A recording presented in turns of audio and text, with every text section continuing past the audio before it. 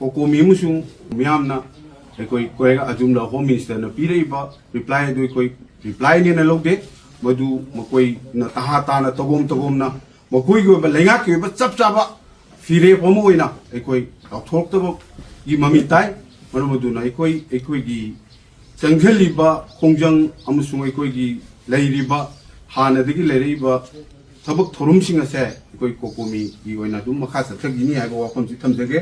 मे गी तांग अहुम सुमलबा कुकी नाको टेरोरिस्ट सिंगसिना मियाम द लंदा किबा नुमिदा सिबु कोइना सही कुदिंग ये कोइना पांगथोक्तुना लाकपा Manipur people's convention on 3 years of Manipur crisis हाइबा थि मसिदा मणिपुर गो पीपल कन्वेंशन नमा इम्फालदा पांगथोकजगनी हाइबा कन्वेंशन से पांगथोकपग लोइना हौजिक लेरिबा मणिपुर की क्राइसिस असि मतंगदा वे फॉरवर्ड करम मोंगदा तंगसिल लकांदा मांगोमदा चंगजन ब यागदगे करम रिजॉल्व तो यागदगे मुसु मसी की मतंगदा मणिपुर की लेरिबा इंटेलेक्चुअल सर्कल तोंगान तोंगान ब अखंग हिसिंग तोंगान ब लोकल क्लब सिंग मेरा पाइबिसिंग पुनमक सिंग सियावबा दुमलबा असि दुमलबा कन्वेंशन मा पांगतुना कोई मणिपुर की हुजिक की क्राइसिस की चाहि अहुम मपुंग फारकपगी रोममा पांगथोकजगनी हाइरिबा थोरम मसी पांगथोक मनी इम्फाल की मफम सिदा पाक चाउना मियाम की होइबा कन्वेंशन सि पांगथोक लोइना तोंगान ब डिस्ट्रिक्ट सिंग से कोई तोंगान ब डिस्ट्रिक्ट लेवल दा कोई नुबिदा सि कोई चाहि अहुम मपुंग फारकपगी होइबा दुमलबा मणिपुर क्राइसिस सिगी मतंगदा अननैनबा थोरम मसी कोई पाक कोई मफम सिंग दसु कोई पांगथोनबा कोकोमी की माइकैदगी कोई सेम साजरी हाइबा नुमिदा सिदसु कोइना मणिपुर मियामदा कोई अपील तौजनिंगी कईनो हारकांदा क्राइसिस असिदा दुमलबा चिन कुकी नार्को टेररिस्टिंगना गी दुमलबा खुत्ता हवाइना पोंथा पीखरबा अथौबसिंग दुगी मफम दे कोई नुमिदा सिगी नुमिदांग पुंग तरेत आवा मतमदा मकोइगी मफमदा इकाई खुमनबा उत्पोइना लेकाई तोंगान क्लब ऑर्गेनाइजेशन लेकाई कोई मैरा कत्पीदुना कैंडल कत्पीदुना कोई अवाबा लेखिदबसिंग दुगी थवाई मिरेन दमुक्ता कोई नुमितसिदा पुंग तरेत इकत कोई मैरा कत्मिनबा अमदी नुमितसिदा कोई मणिपुर मियामना हानदगी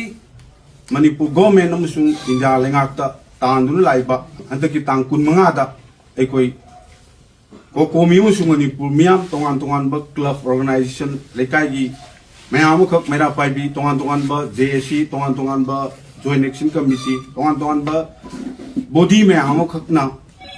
स्पॉन्टेनियस ओना नोंमतदा अखोइना पिसिनखिबा वाहंग तरे जाउबा अदुमलो वाहंग अदुगी पाउखुम मणिपुर गवर्नमेंटना मतिक चाना पीगदबनी हाइबा पलाव मसु लौमिनसी हाइबा वाफम चितमजगे तांग कुनग मंगादा मणिपुर मियाम लोनना मणिपुर गवर्नमेंट चीफ मिनिस्टर दा पिसिन जखिबा अदुमला वाहंग तरेद अदुगी पाउकुमदा मणिपुर गवर्नमेंट की होम मिनिस्टर ना तहा यामना खंथब तौदना हाइरिबा क्राइसिस असिगी ओहेललिबा मणिपुर मियामना तरा थोंना खनरबा हानदगी अदुमलबा मियामना पामना लाबा डिमांड तौदुना लाबा वाफम सिंग अदो मकोइना क्राइसिस असी लुमना लोइसिनिंगबगी मकोइदा यामना अचेतपा फिरेप अदु लेइबा मानदबा मोंगदा तराइना हेक्ता एकोई पाउकुम असी मकोई nga pirakpa hairiba pire pakum singasi kokomi musung miamna ekoi koega ajumla home minister na pire reply do koi reply ne na logde madu makoi na taha na togom na makoi go ba lenga ke ba chap chaba fire pomoina ekoi authok to gi mami tai madu na ekoi gi changhali ba khongjang amusung ekoi gi leiriba hana digi leiriba थबक थोरुम सिंग से कोई कोकोमी की ओइना दुम मखा सथगिनी हाइबा वाखम सि थमजगे लोइना हाइरिबा तांग अहुम सिदा पांगथोकदरिबा peoples convention सिदा एकोई लेंगांग न पिरेइबा पाखुम मसिगी चपचाव मियाम न करी फाउगे हाइबदु एकोई पुन खनरकांदा एकोई मखा ताबा लेंगा ता अमुसुंग मणिपुर मियाम न करी करी थवाई लौगनी करी करी थबक तौगनी करी करी खोंजंग तौगनी हाबसिसु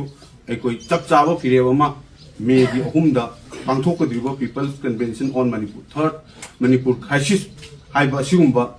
कन्वेंशन सिदा अखोई लैरिबा मणिपुर की तोंगान तोंगान बा club organisation intellectual any walk of life ते लेबिबा पुनमकना अखोई सरुक यामिनरकांदा अखोई सिगुंबा अखोइना पिसन जखरिबा